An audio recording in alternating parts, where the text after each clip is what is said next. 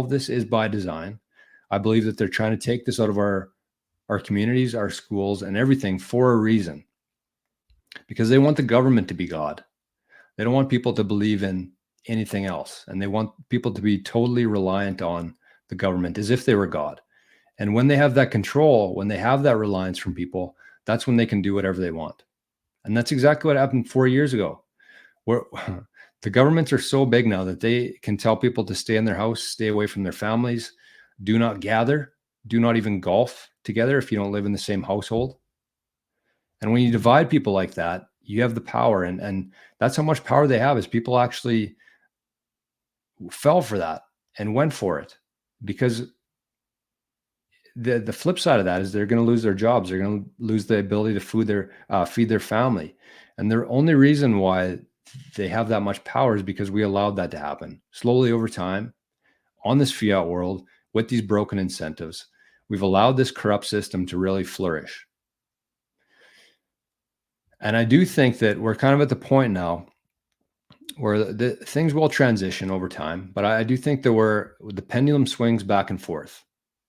And that video we watched was from 1965. And think about how long that is. 1965. So that's about what, 60 years? That's how long this has been building up for. It's not something that happens overnight. It's something that takes a lot of time and a lot of planning. And so I think that we're kind of at the point right now where that's going to flip. Once Bitcoin becomes adopted, once people realize how broken our monetary system is, once people realize how bad everything has become by design, that's when we start working towards the opposite end of that. And I don't think that everybody's going to understand Bitcoin.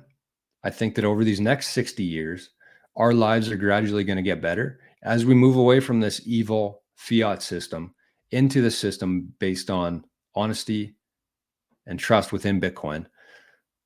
Over that time, people might not even know what Bitcoin is. They're just going to notice that their lives slowly get better over time.